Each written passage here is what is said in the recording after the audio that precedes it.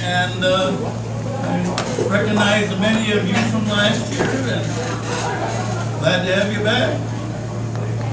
And I'm going to talk about an experience very early in my life. It was in April 1946, right after World War II.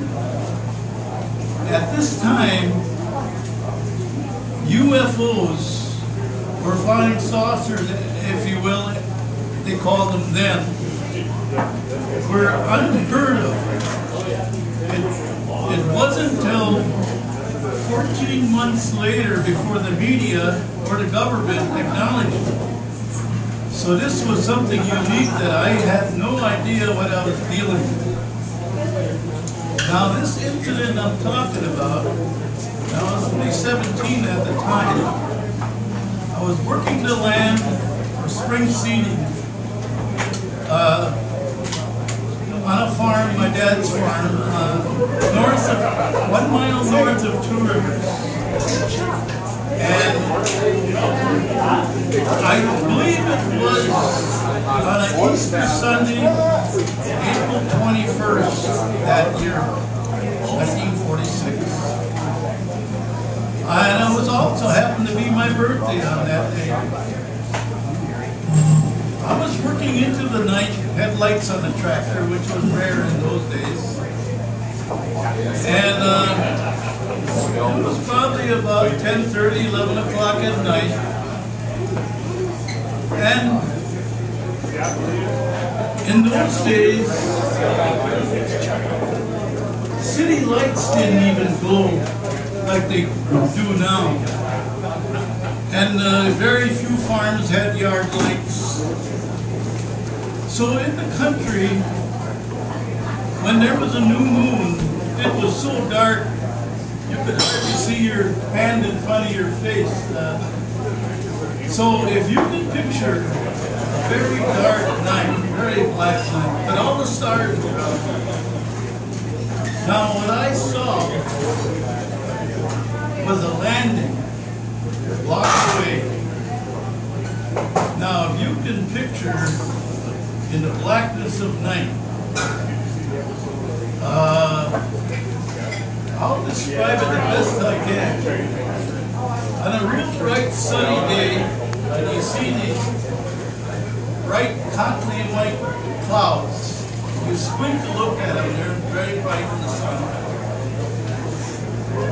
Now cut that cloud out in a perfect saucer shape, about 60 feet in diameter.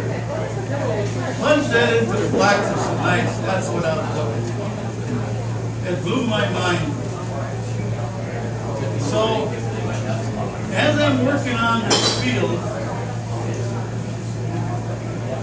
like say this is east, and this is west, and this end of the field was a river. Beautiful river valley flowed right through the middle of our farm, the Eastern River that flowed into Two Rivers. And so on the upper corner of the field was a big flat bottom gravel pit. So I'm working between that gravel pit and the river. So when I'm approaching the gravel pit going east, there was nothing there. Turned, made my way down to the river, not a very long field.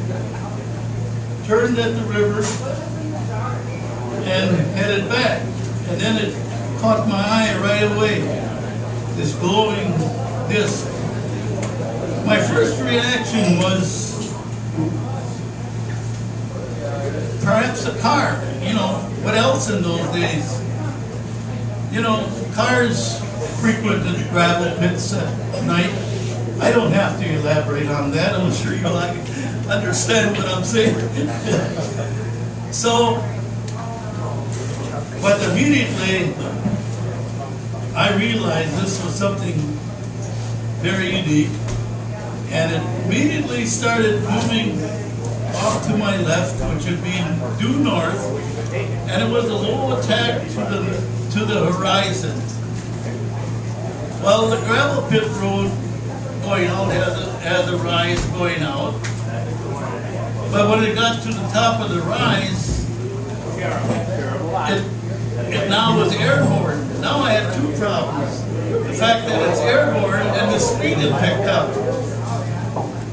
In 30 seconds, this thing picked up to the speed of a meteor and faded to a pinpoint among the stars and gone.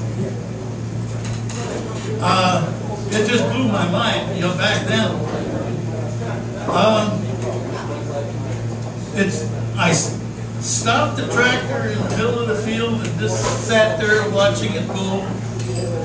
And I don't know how many minutes I sat there looking at an empty spot in space.